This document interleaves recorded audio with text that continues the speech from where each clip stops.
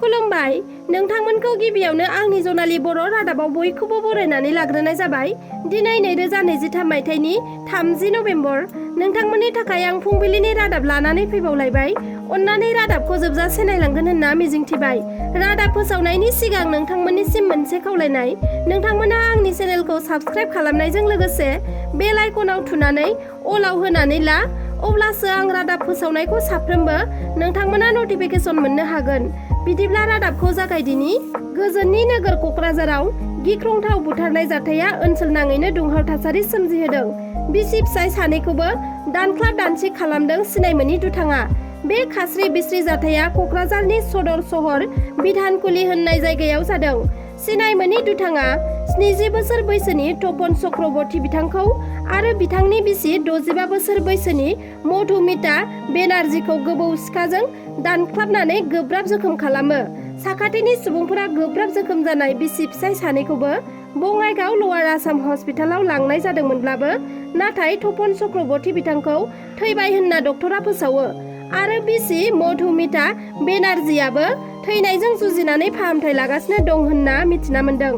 मिथिना मोननाय बायदिब्ला बिथां तपन चक्रवर्तीया एग्रिकालचार बिफाननि इन्जिनियारमोन आरो बिथाङा आजिरा लानानै न'आवनो दङमोन। ओरैहाय बिथांनि बिसि मधुमिता बेनार्जीआबो DN हिमन सिंगा गोजौ फरायसालिनि गाहाय फोरोंगिरिमोन। बिथांजोआबो फरायसालिनिफ्राय आजिरा लाबायमोन। फोरमायथिनाय बायदिब्ला बिसोरहा सानै फिसाफोरबो दं, नाथाय फिसाजोआ आमेरिकायाव थायो आरो फिसाज्लाया बेंगालराव थायो। तपन चक्रवर्ती आरो मधुमिता बेनार्जी बिसि फिसाय सानैजोंल' क'क्राझार सहरनि बिधानकुलि वार्ड नाम्बार 3 आव गावसोरनि न'आव थायोमोन, जायनि जाहोनाव रावबो गैयैखौ खाबु लानानै दुथां सुबुङा बिसोरखौ गाग्लोबनो खाबु मोनदों। साखाथिनि सुबुङा फोरमायथिनाय बायदिब्ला तपन चक्रवर्तीनि न'आव खामानि मावनाय सिं उपाधि मुंनि सासे मिस्ट्रियानो बिसि फिसाय सानैखौबो गाग्लोबदों होनना तपन चक्रवर्तीया थैनायनि सिगां फोरमायलांदों होनना बुंथिदों बिथाङा। जाथाया मैया फुंबिलिनि 5:30 रिंगानिफ्राय 6 रिंगासो समाव जानो मोन्दोंमोन आरो बिथांखौ गाग्लोबखांनानै दुथाङा वाल बारनानै खारखुमा लांदों होनना मिथिना मोननाय जादों। उनाव क'क्राझार पुलिस बिफाना जाथायसालियाव नुजाथिफैनानै दुथाङा गाग्लोबनाय सिखाखौ बोखाङो आरो केसखौ रेजिस्टार खालामनानै दायनिगिरिखौ हमनो थाखाय आखायाव लाबाय।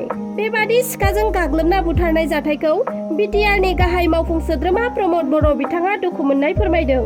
गिबियावनो बयनिसिमबो आंनिफ्राय मोनसे खावलायनाय, जाय बिथांमोननि जायगायाव हाग्रानि मैदेरा फैबाय थायो, बे जायगानि नोंथांमोना सांग्रां जानानै था आरो जानला मेनला मोना बा फुं समाव लामा थाबायनाय बा बहाबा दैमा दैसायाव दै लायनाय, न'साफोराव मैदेर नेनाय बायदि बायदिनिफ्राय नोंथाङा सांग्रां जानाया मोजां।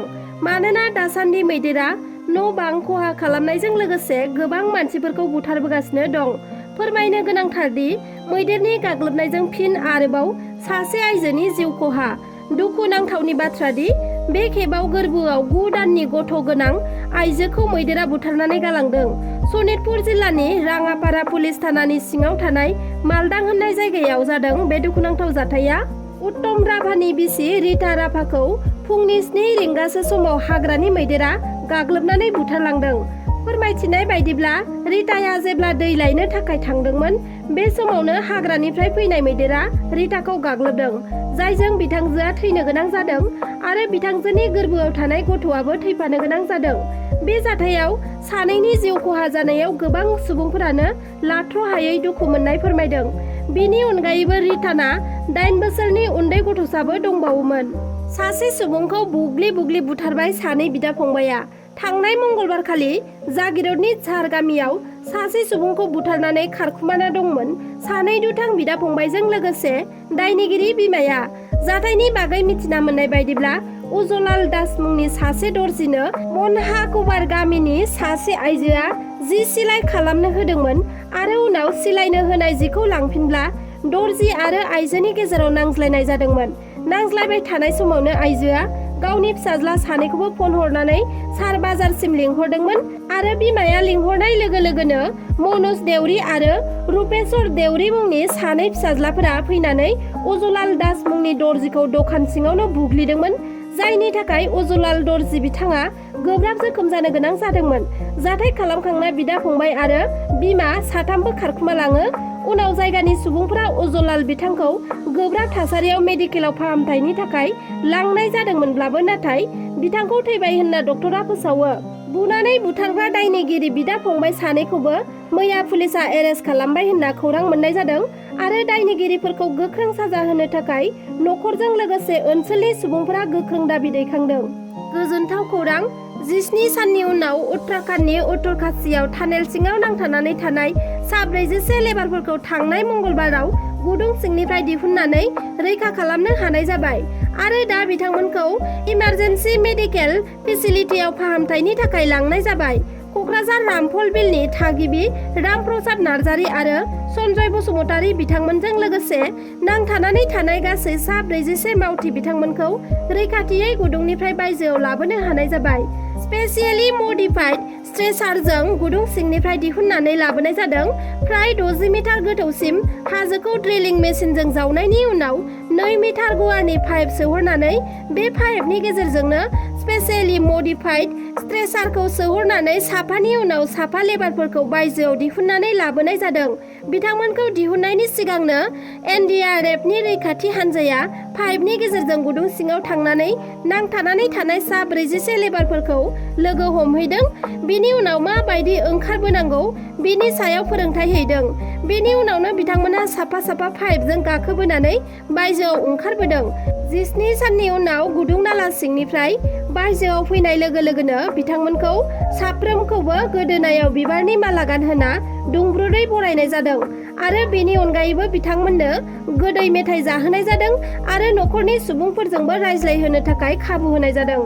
उत्तराखन्डनि गिबि मन्थ्रि बिथाङाबो सा 41 मावथिफोरखौ गावनि बिखायाव बजबनानै दुंब्रुदै बरायनायजों लोगोसे बिथांमोनखौ थुलुंगा होदों आरो बेनि उनावनो फाहामथायनि थाखाय गासैखौबो देहा फाहामसालि फारसे दैथायहरनाय जादों।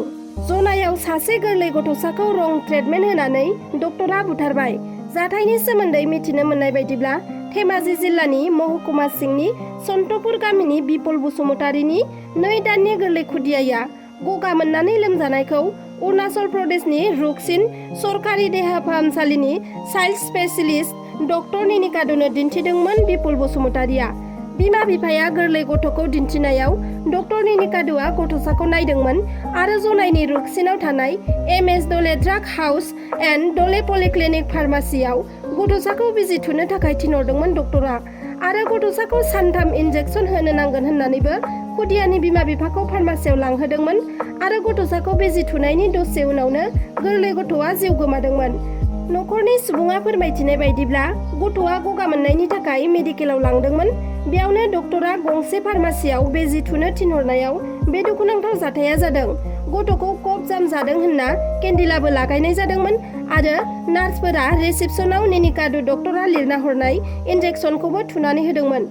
बिनि उनावनो गथ'आ लोगो लोगो फार्मासियावनो जिउ गोमायो होनना फोरमायथिदों। डक्टरनि रं ट्रिटमेन्ट एबा गोरोन्थियै फार्मासिनि बिजि थुनायाव गथ'सानि जिउ गोमानायनि थाखाय बिपुल बसुमतारीया डक्टर निनिकादुजों लोगोसे एमएस डले ड्राग हाउस एन्ड डले पलिक्लिनिक फार्मासिखौबो थानायाव केस होनाय जाबाय आरो पुलिसा जाथायसालियाव फैनानै गोरलै गथ'साखौ पस्टमर्टेम आनजादनि थाखाय मेडिकेलाव लानानै थांबाय आरो लोगोसे जाथायखौ नायबिजिरनो थाखाय पुलिसा आखायाव लाबाय होनना मिथिना मोन्दों। दिनैनि खौराङा बेखिनियानोमोन। नोंथांमोना आंनि खौरांखौ जोबजासे नायजोबलांनायनि थाखाय रोजा रोजा साबायखर थाबाय। एसेनोसै, गोजोन्थों।